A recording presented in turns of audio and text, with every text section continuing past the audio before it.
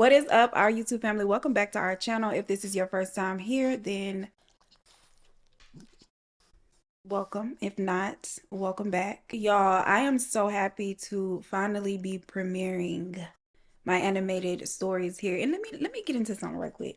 Because when I talked about it, when I gave y'all the preview, somebody hopped into my comments loud and wrong and said that I could not have learned how to make animated videos in a couple months and alluded to me using AI generated videos to do this. Anyway, let me just put this little clip here. This is me editing, creating an animated video right before your eyes. And it's not like I feel like I have to prove anything or explain myself, but like Kendrick said, baby, sometimes you gotta fall out of show niggas. Ain't that right, Bella? So there you go. And I ain't above that.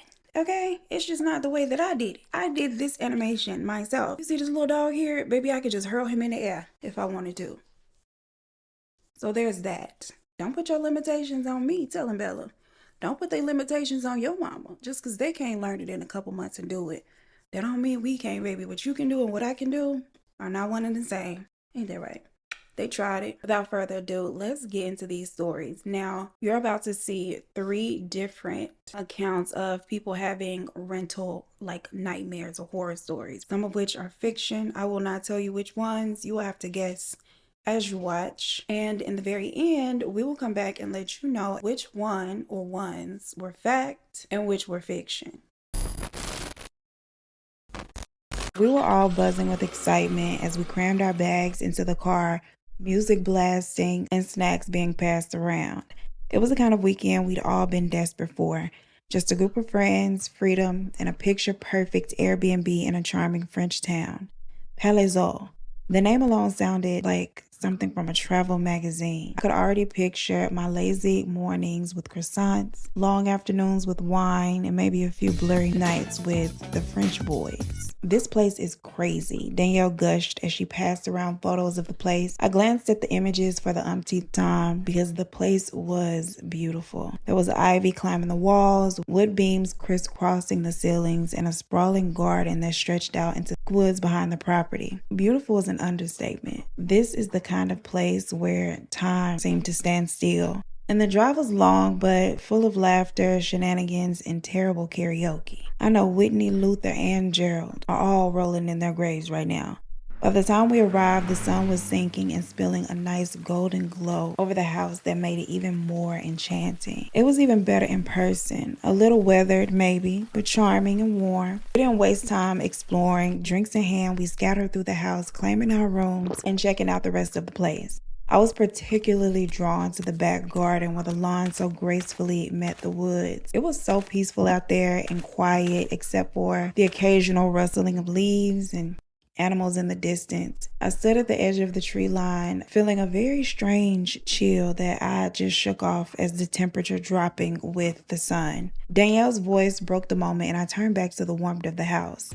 The night kicked off just as we had planned. Music, drinks, laughter, the kind of party where your face hurts from smiling and laughing so much. Sometime after midnight though, things shifted and I don't remember exactly when, but the energy dimmed. Like someone had turned down the dial on our fun and the good vibes. Did you guys hear that? I froze as Mark suddenly stopped mid-sentence, posing the question. We all listened, and there it was again. A faint thud coming from outside. We all glanced at each other, eyes wide with nervous curiosity. It's probably just an animal, says Danielle. Let's check it out then, says Mark, grinning like it was more of a dare than anything. And I wanted to protest. Everything in me screamed to leave it alone, but no one else hesitated, so I just followed the group, heart pounding. The garden looked different at night, and the shadows that stretched long and dark across the grass looked a little bit creepy. It also felt like the woods were watching us. Danielle turned on her phone flashlight and we shuffled toward the trees. I don't know about anyone else, but every footstep I took felt more wrong than the last, as if my body was naturally wanting to move in the opposite direction. It was Mark who saw it first, a patch of disturbed earth near the edge of the property. What is that? He stepped closer, brushing aside some branches as Danielle followed just enough to give him light and then we all saw it. At first, I didn't understand what I was looking at exactly, just a shape in the dirt surrounded by wood stumps and broken branches. Then I realized the truth and my stomach turned. It was a woman. Her body hunched forward, her head pressed against the ground, and it was unclear if she passed away while gardening or if she had been left there. She was completely dressed but barefoot, and her lifeless hand curled slightly near her chest. A ring glinted faintly on her finger as the stone caught the harsh light of Danielle's phone. "Oh my God," Danielle manages to say, her voice trembling, and no one else spoke. We couldn't. I couldn't even move. I was completely frozen in place as a chill crawled up my spine. The air around us felt heavy, like the woods themselves were holding their breath. And then a sudden noise broke the deafening silence. A whisper. It was soft and barely audible, but I heard it. We all heard it. A faint murmur that seemed to come from all around us. Danielle gasped. Mark stumbles backwards, swearing under his breath. It sounded as if the voice had come from the trees, but I didn't dare look into the trees. I was too afraid that I would look and see something staring back. "We need to get the hell out of here," I finally managed to say, and no one argues. We run back toward the house with the garden now filling twice its size, and it felt like the shadows were chasing us the entire way. We locked the door behind us, and for a long moment, none of us said a word. The music was still playing, Beyonce, cozy, now feeling completely out of place. The irony. We were anything but that. "We have to call the police," Mark said, his voice now shaking. Danielle was crying softly, and I felt my hands trembling as I reached for my phone. The rest of the night was a blur. The police came with flashing lights and somber faces as they asked us what felt like 1,000,001 questions, most of which we had no idea how to answer. They did tell us that the woman had been there for quite some time, hidden beneath the branches. They couldn't tell us much except that foul play was likely, and they needed to investigate further. That house might have looked idyllic on the outside, but something lingered there, dark and restless. And I feared that she was not the only one. I know what I heard in those woods. I know what I felt, and it was a presence watching us, whispering to us. We did spend the night there, but we left the next morning very early. None of us spoke as we packed the car, leaving behind the house, the garden, and whatever secrets were buried there. As we pulled away, I did glance back. The woods might have been quiet in the daylight, but I swear I saw something. A shadow or a figure standing just beyond the trees, watching as we drove away. I turned around and I did not look back again. I didn't believe in ghosts. Not really. Sure, I had heard stories, but they were just that, stories. Until last winter when I moved into this little house on the edge of the woods. The rent was cheap and I was broke. It wasn't much, just a one-bedroom place, a bit run down, but it had a certain charm. The landlord had seemed a little too eager to hand me the keys though, and when I asked him about the house's history, he dodged the question with a weird laugh. I didn't press, but I should have pressed. The first night was quiet, mostly. The wind howled through the trees, and the house creaked as old houses do. But as I lay in bed, I started hearing tapping. Soft, rhythmic tapping, like someone was drumming their fingers on the wall. I told myself it was just the wind and forced myself to sleep, or at least I tried to, but the silence was unnerving. It was the kind of silence that seemed alive, pressing in from every corner. I tried to chalk it all up to nerves and anxiety. New place, new sounds, no big deal. Unable to sleep, I get out of bed, I make myself a cup of tea, unpack a few boxes, and I try my best to settle in. By midnight, I was in bed again, exhausted and ready to pass out. And that's when I heard it. A faint sound like someone was dragging something really heavy across the floorboards. It came from above me, and the problem was, there wasn't an above me. The house didn't have a second level, nor did it have an attic. I froze, listening, my heart pounding in my chest. The sound continued, slow and deliberate, moving from one end of the ceiling to the other. I wanted to believe it was just the house settling, but this obviously was not that. It was too steady and too purposeful. Grabbing my phone, I turn on the flashlight and I creep out of bed, telling myself that I was being ridiculous. Old houses make weird noise, and that's all it was. But when I step into the hallway, the sound stopped. And again, that dead, uncomfortable silence. I wait, every nerve on edge, but nothing happens. Eventually, I convince myself that I maybe imagined it. I climbed back into bed and managed to fall asleep. But the next morning, I found the first sign that something was not right. There were scratches on the ceiling in the hallway, long and jagged like something with claws had been up there. And I wasn't sure those scratches were there before. I stared at them for a long time trying to make sense of it all. Maybe the previous tenants had a pet. Maybe I missed it. Maybe there's a raccoon in the walls. It had to be something logical. I snap a few photos of the scratches and send them over to the landlord inquiring about them.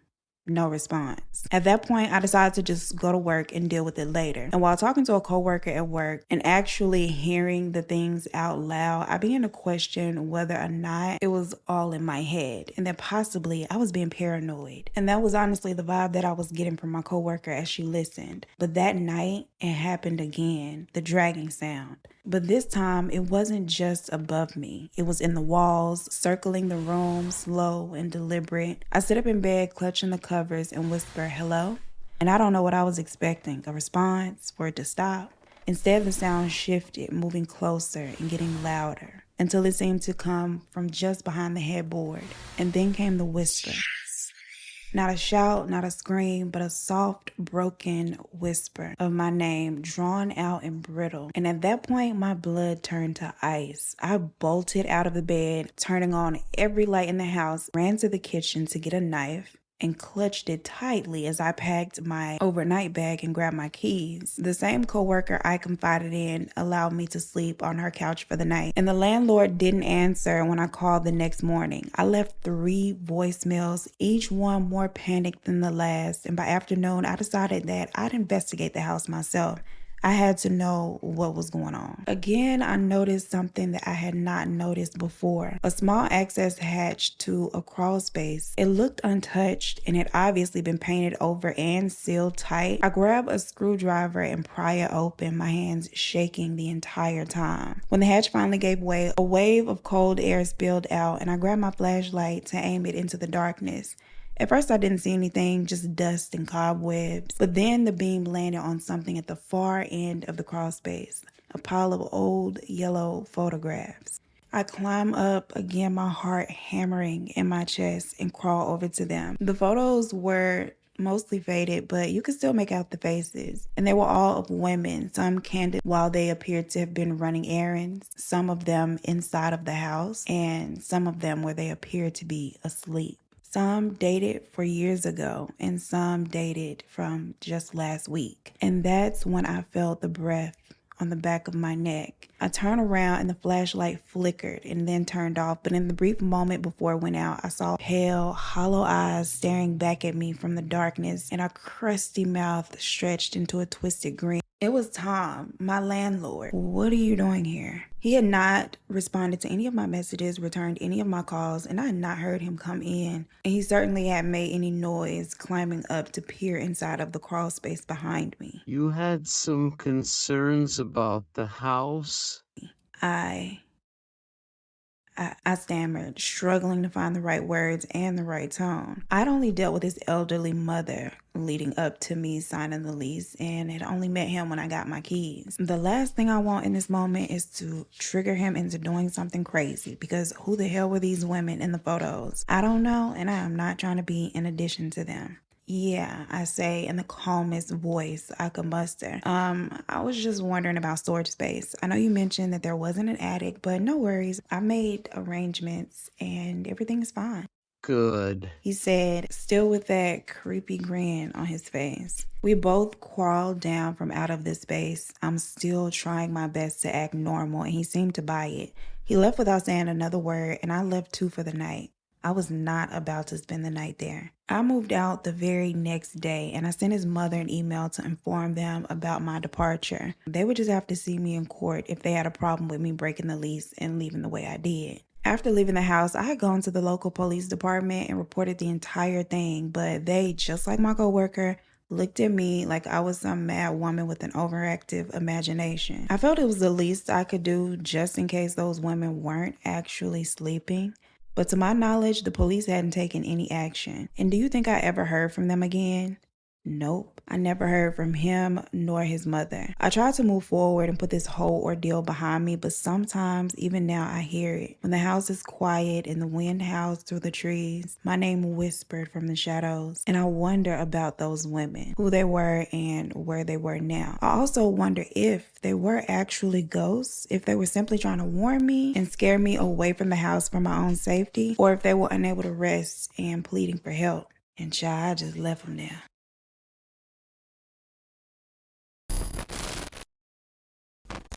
When I signed the lease for my first apartment, I couldn't help but feel an electric thrill of independence. The one-bedroom unit on the third floor of the Arbors Apartments was charming in its own way. It was tiny, but it was just me, and I didn't need that much space. It was also really cute. It had the perfect nook for my reading chair, and it wasn't much, but it was mine. Mine and Munchkin's. I followed him, making sure he didn't get any bright ideas about marking the place. Fresh out of my parents' house, I was excited about my newfound privacy, but this new solitude was both a gift and a shadow. The first couple days, things were blissfully uneventful. I spent my time unpacking, rearranging furniture, taking Munchkin on long walks in the neighborhood so we could both become familiar with the area. At night, we curled up together on the sofa, me with a book, him with a chew toy, and the silence was almost meditative. Until about the third night.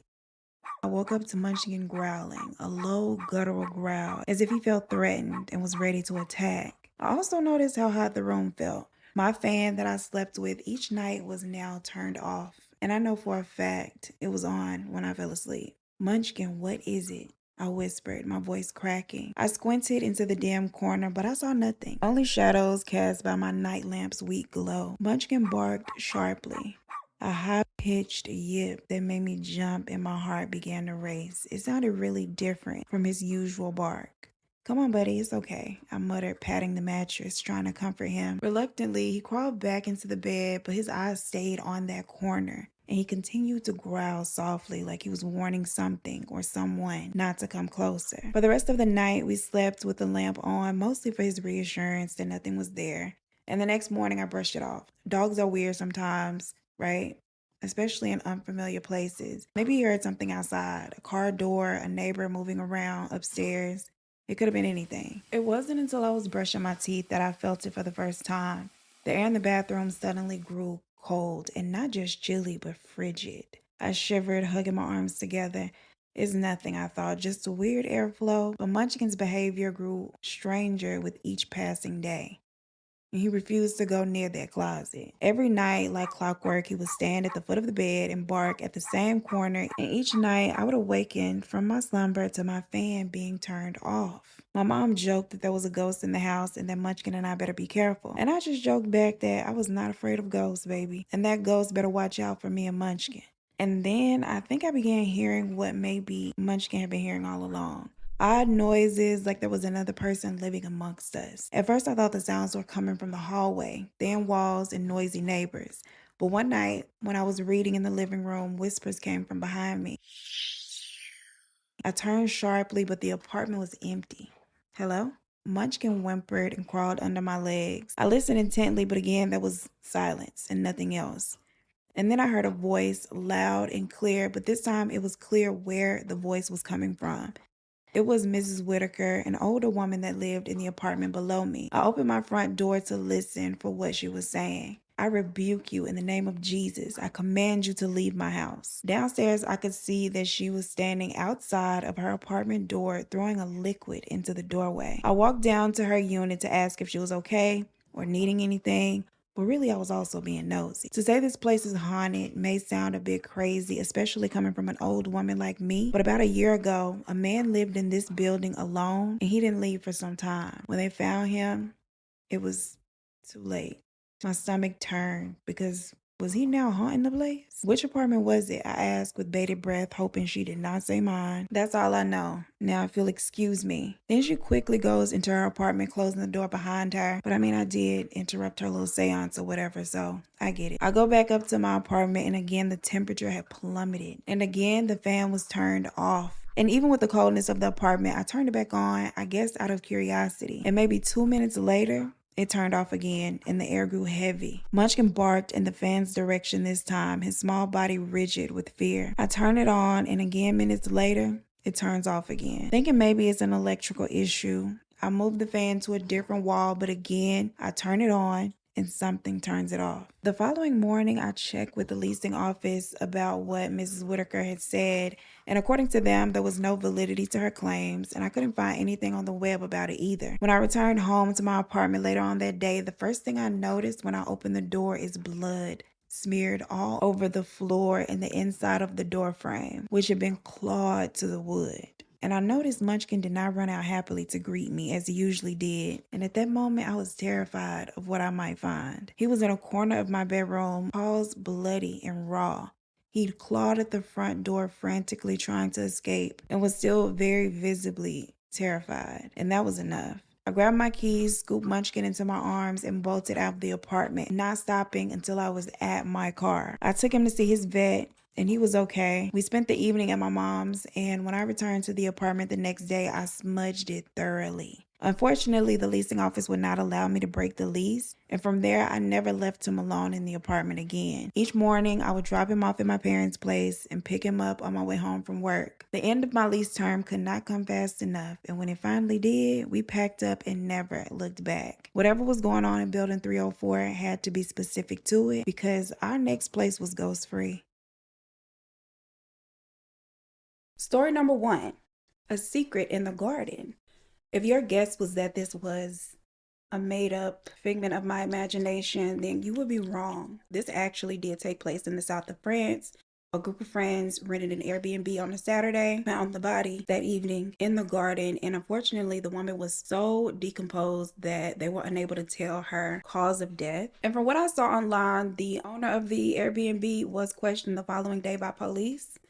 I couldn't find anything else after the fact, like whether or not they were able to positively identify her or not, because she did not have anything on her that would have let them know who she was. If you care to read about it anymore, I will put a link in the description box to the article that I got the information from. Story number 2, flowers in the attic, or a flower in the attic. I forgot what I named it. Now, if your guess was that this one was a figment of my imagination, you would be right. This one was completely made up. If something like this happened, child, I don't know. I'm unfamiliar with the story. And last but not least, story number 3, Munchkin. If you are an OG on this channel and you didn't get this one right, shame on you, baby. Shame upon you. Not only is this a true story, it is my story. And girl, I'm the actress in it. Like, hello. This actually happened to me in my first apartment in Memphis, Tennessee. The Arbors Apartments off I forgot the street. But anyway, Gizmo, the Shih Tzu that I had at the time, my little boy here, we moved into this apartment together. And yeah, everything in the story was true. Now, I did add the piece that Miss Whitaker told me that the man had died. She was just down there throwing her holy water, child, and rebuking that ghost in the name of Jesus. And I did not go down there and bother her. I literally was just looking over and listening to the things. But yeah, they didn't let me out of my lease, and I just had to live with a ghost. And I literally would just take Gizmo to my mom's during the day when I was at work. Because, baby, you're not about to be twirling my dog around in the air or whatever else you were doing to him while he was trying to get away. That's what my mama said the ghost was doing. Had Gizmo all in the air twirling him around. But he didn't get to do it no more, okay? And I would just turn my little fan on whenever it was turned off. If you made it this far, I appreciate you so much from the bottom of my little heart, baby. I worked on this so hard, I'll say again. Because, girl, why would I have lied? If I used AI to crank out some videos, I would have just said that. It's so much fun. I hope you enjoy it. I'm a little late uploading today because there were some other things that I wanted to tweak. And it ended up turning out a lot better than it would have had I not taken like this extra 2 to 3 hours on it today. But anyway, I hope you enjoy it. I really love it. And next week's video, the theme will be first date horror stories. Things that have gone terribly wrong on first dates. I also want to say before I go, yes, I put my voice in there because y'all ate me up. The thing is, I was going to use my voice in the very beginning, right? We just talking now, you know? I was going to use my voice, but when I started doing the voiceover, I felt like my voice was so crusty. And it was literally the same thing as when I first started this channel. That was my one insecurity, my voice. I was like, oh my God, I sound like I need tea. It's so raspy, so crunchy. But then that's like the thing that people compliment me on the most and that y'all really like is my voice. I was in the same predicament when I started doing the voiceovers. I was just like, it doesn't match well with the animation. But in the end, I ended up liking it and not having an issue with the animation. Bella, girl, you just full of love today. But yeah, that's all I got to say. Bella, you got anything? You just got love from mama? Okay. That is pretty much it. I cannot wait to chat with y'all in the comments. I enjoyed making this so much. And I'm still learning, so they'll only get better with time. As always, I appreciate you so much for spending your time with me, and I look forward to seeing you in the next one. Peace. Tell them bye, girl. She said bye, y'all. Best baby. Best baby girl.